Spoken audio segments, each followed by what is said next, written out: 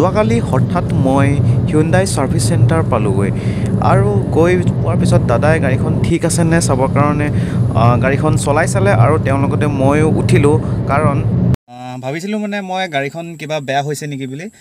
মানে কথাটো হ'ল কি, মই যিহেতু ঘৰত থকা নহয়, গাড়ীখন মই যিহেতু বৰ্তমান গোলাঘাটত থাকোঁ আৰু গাড়ীখন যিহেতু দেউতাইও চলোৱা নহয়, গতিকে বহুত দিন চলোৱা নাছিল কাৰণে জাম লাগিল বুলি কৈছে। মানে কথাটো হ'ল কি, ক্লাটছডাল মানে আপোনাৰ কাম দিয়া নাছিল ঘপকেনে। তাৰপাছত ভাবিলোঁ মানে ঘপকৈ গৈ দেখাই আহোঁচোন, আৰু মই গৈ ডিলাৰত সোমালোঁ আৰু তাতে ক'লে, আৰু তাতে মানে চলাই মেলিও চালে, ময়ো উঠিলোঁ লগতে, আৰু ক'লে একো দিগদাৰ নিদিয়ে, আৰু যদি দিগদাৰ হয় মোক লৈ যাব কৈছে। বাকী বৰ্তমান গাড়ীখনৰ কণ্ডিশ্যনটো ঠিকেই আছে বুলি কৈছে। গাড়ীখন দেখাই মেলি হৈ গ'ল। তাৰপাছত শিৱসাগৰৰ যিটো SBI, তাতে দেউতাৰ অলপ কাম আছিল, গতিকে দেউতা আৰু মই SBI লৈ বুলি ঢাপলি মেলিলোঁ। তাৰপাছত SBIত এইটো জাম চাওকচোন, এই জামটো দেখি মানে মূৰটো গৰম হৈ যাব আপোনাৰ। মানে নৰ্মেলি গৰম নহয়, কিন্তু কথাটো হ'ল কি, আজি মানে ইমানেই জাম আছিলে, প্ৰায় 2 ঘণ্টা সময় ধৰি ৰখিছোঁ, আৰু ৰখি যেতিয়া গৈ ওচৰ পালোঁ আৰু তাৰ পাছতে গম পাইছোঁ কি আমাৰ আৰু মানে মুখৰ আগত 6জন ব্যক্তি আছিল, তেনেতে তাতে কাৰেণ্টটো গুচি গ'ল। মানে এই যে লাইটবিলাক দেখিছে, এইবিলাক মানে ইনভাৰ্টাৰত জ্বলি আছে, কিন্তু কাৰেণ্টটো গুচি যোৱাৰ কাৰণে কি হ'ল, তেওঁলোকে কাম কৰিব পৰা নাই। গতিকে তাৰপিছতো 1 ঘণ্টা সময় লাইনত ৰখি আছোঁ, কাৰেণ্ট আহিব।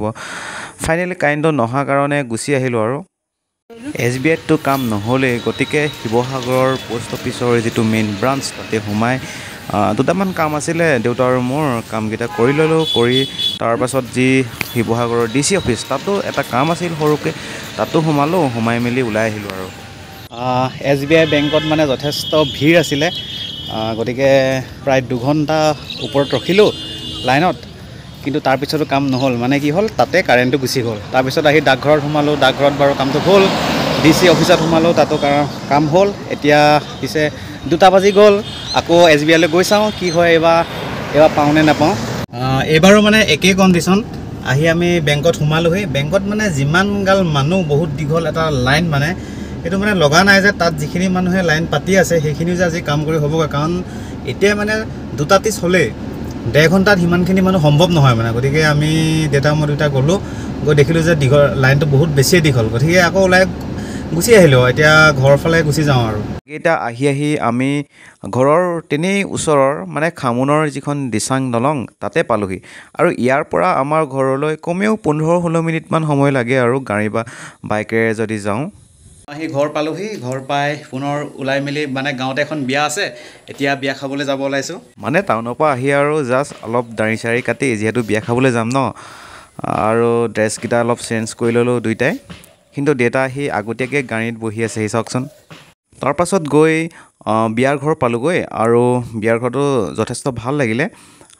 ধুনীয়াকৈ তাত খানা পিনা খালোঁ। আৰু আমাৰ গাঁৱৰ বিয়া হিচাপত যদি আমি ক'বলৈ যাওঁ, এইখন বিয়া একচুৱেলি যথেষ্ট ডাঙৰকৈ পাতিছে। বাকী আজিৰ মোৰ দিনটো কাৰ্যসূচী ইমানেই আছিলে। আৰু আপোনালোকে ভিডিঅ'টো চাই কেনেকুৱা পালে কমেণ্ট ছেকশ্যনত জনাব। ভিডিঅ'টো ভাল পালে নিশ্চয়কৈ এটা লাইক কৰিব, আৰু পৰৱৰ্তী সময়ত এনেকুৱা ধৰণৰ ধুনীয়া ভিডিঅ' দেখি থাকিবৰ কাৰণে মোৰ চেনেলটি ছাবস্ক্ৰাইব কৰি ল'ব। ধন্যবাদ।